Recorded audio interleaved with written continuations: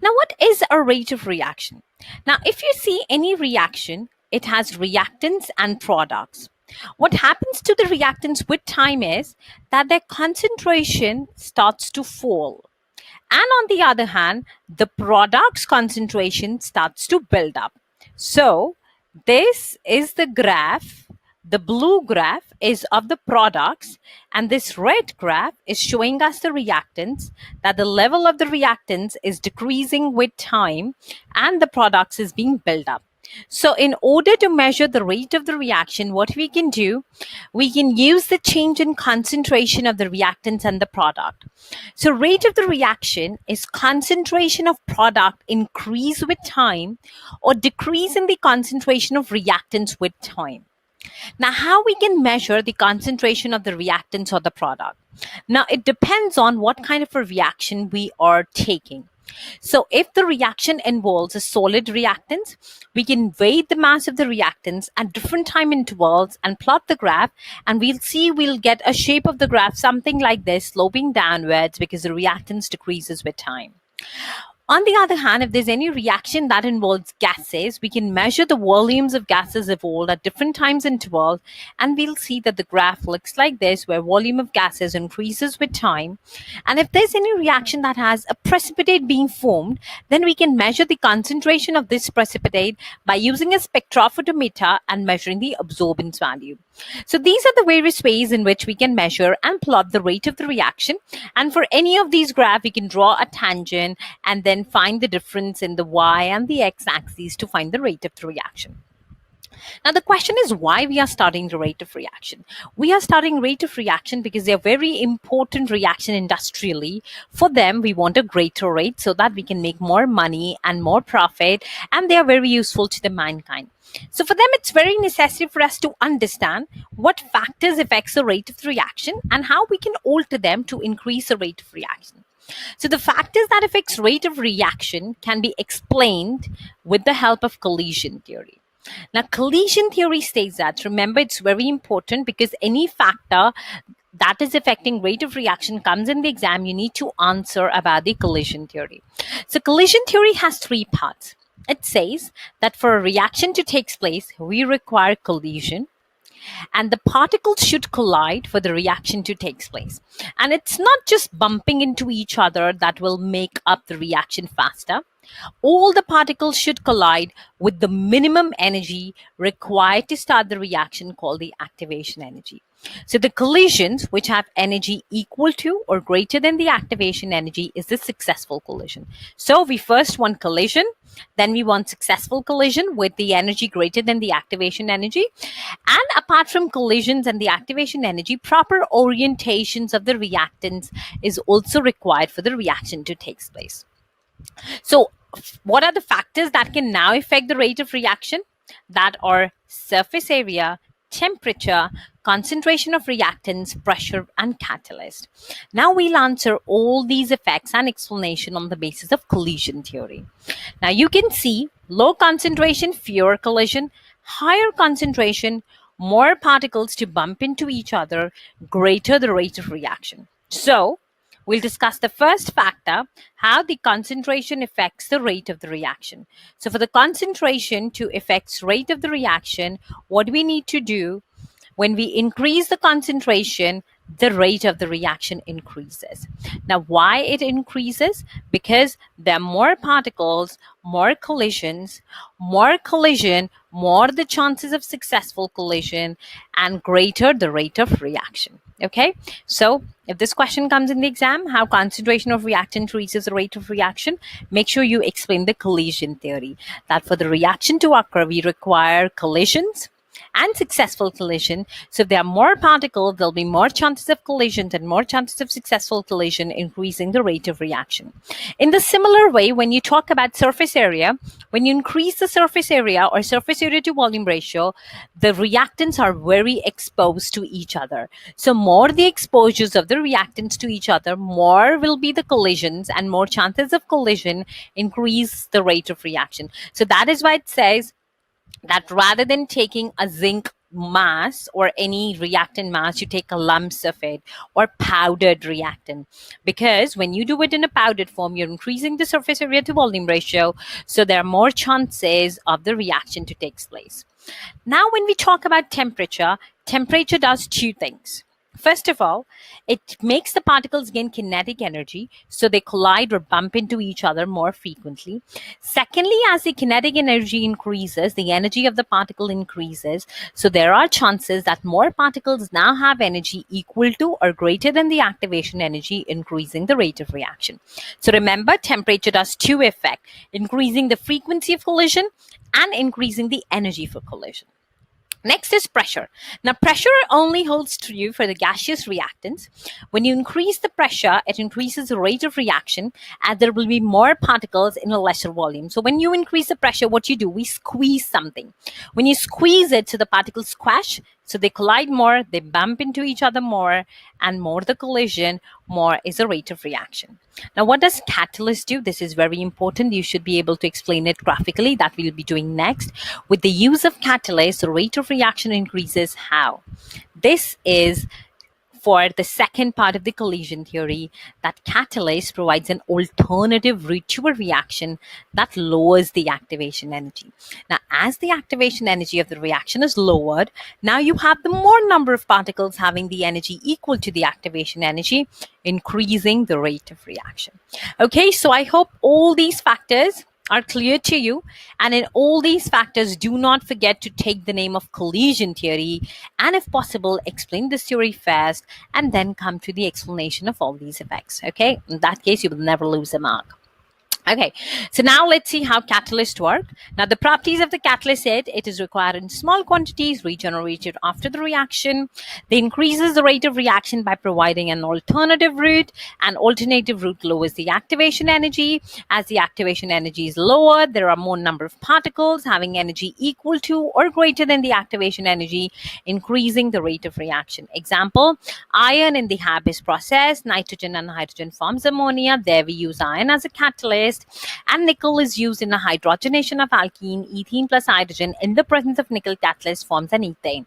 Now, catalysts help those reactions that requires a very high temperature or high pressure to be successful at a lower or the moderate temperature and pressure. So it helps us to save a lot of electricity and energy cost, and helps us to prevent the greenhouse emissions or the fossil fuels emission by lowering the energy cost. So it's good and safer for the environment to use the catalyst. Now, this is a very important graph that you should remember. If you remember, in the energy changes, we drew this reaction profile diagram, that we have this energy, and this is a reaction coordinate, or you can write progress of a reaction. The reactants and the products are at a lower energy level, and there's a bump, and that bump is the activation energy without a catalyst.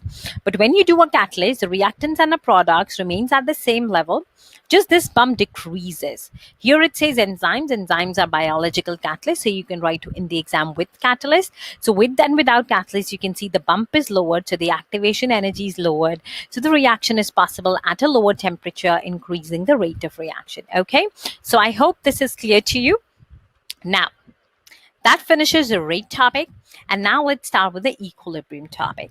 Now, what is an equilibrium? To define an equilibrium, we should first know what is a reversible reaction. Now, there are many reactions in chemistry which are reversible. Reversible means reaction that proceeds both directions, that is the forward and the reverse. For example, manufacture of ammonia by a Habeas process. So nitrogen plus hydrogen gives ammonia in the forward direction, and in the reverse direction, the ammonia breaks up to give nitrogen and hydrogen. Now, how this reaction starts? You can see at the start, the reactant's concentration decreases and the product concentration increases.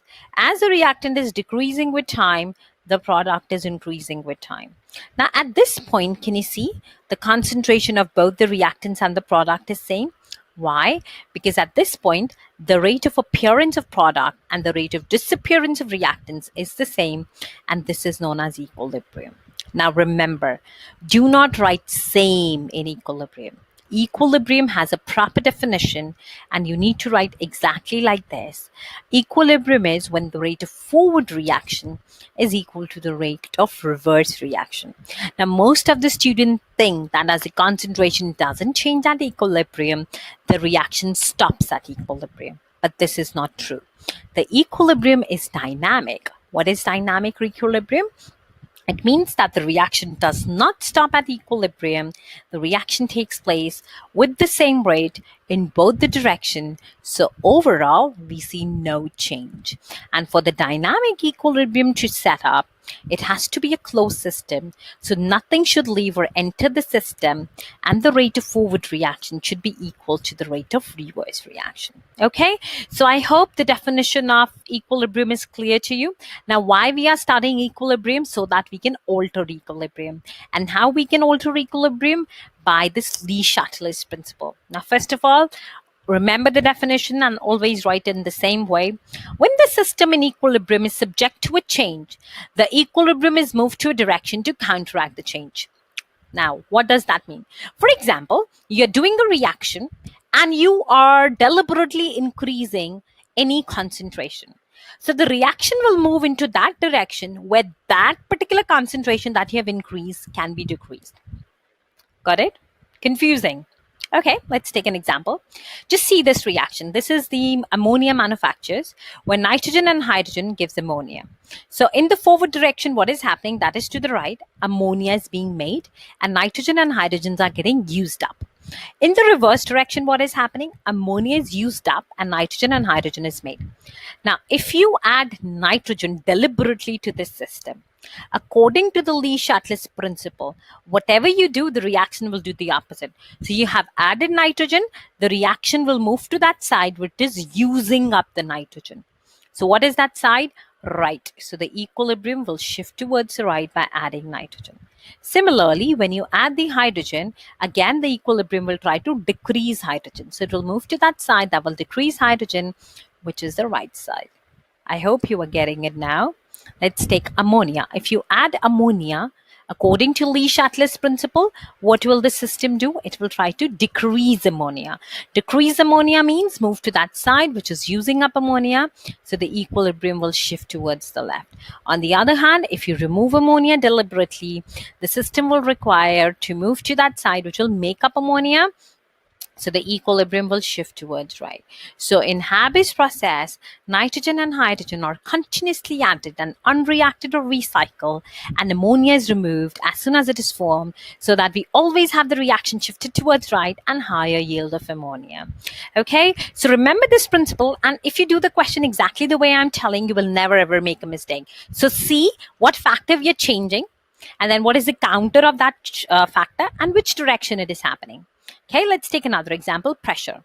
Now for the pressure, there's a rule. More the gas molecules, more the pressure, less the gas molecules, less the pressure. So in this side, more pressure is onto the left side because it has 4 moles of gases, and less pressure is on the right side. So if you increase the pressure, what will the system do according to Le-Chatelier's?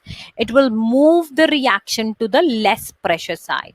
And which is the less pressure side? To the right. On the other hand, if you decrease the pressure, the system will do the opposite. It will increase the pressure, so move the reaction to the more gas side, which is the left. So high pressure is required for the manufacture of ammonia. Okay, so I hope this is clear to you. Similarly, the temperature has the same effect, but for the temperature, you need to remember a rule. If a forward reaction is exothermic, that is producing heat, then the reverse will be endothermic, that is taking in heat, and vice versa. An exothermic reaction is the one that produces heat, endothermic takes in heat. How will you come to know whether a reaction is exothermic or endothermic? You look at the delta H sign. If the delta H is negative, the forward reaction is exothermic. And if it is positive, it is endothermic. So in this equation, the forward reaction is producing heat. So if you increase the temperature, the reaction will move to the side that will decrease the temperature, that is to the endothermic side, which is the left, and decrease in temperature will shift the react to the more heat side, which is to the right. Okay, so for manufacture of ammonia, we require a low temperature. Okay, so I hope all these effects of equilibrium and rates of the reactions are clear to you. Now you should be able to define rate of reaction, collision theory, activation energy, catalyst, reversible reaction, dynamic equilibrium, Lee-Shuttle's principle, exothermic and endothermic. Okay, pause this video, have a go over these answers. If you still cannot answer them, go back, watch the video again. All these answers can be found on my website. The link is mentioned in the description box below. As always, our next step, as I always insist, do check your specification. Make sure whatever thing is there in your specification is crystal clear to you, and do exam questions on this topic, which can be found on my website. Now, please do not forget to subscribe to my channel and click on the bell icon, which is just to the right, so that you can get notified as soon as I put a new video. If you have any doubts in any of this topic, leave a comment below and I'll try to reply you as soon as possible. Or else you can come to my website where I'm available 24/7 on chat before your exam to answer all your queries. Okay, so I'll see you next in the next video. And if there's any specific topic you're finding hard and you want me to put a video on, then also leave a comment below and I'll make sure I'll have that up and running before your exam. So I'll see you next in the next video. Till then, happy revising.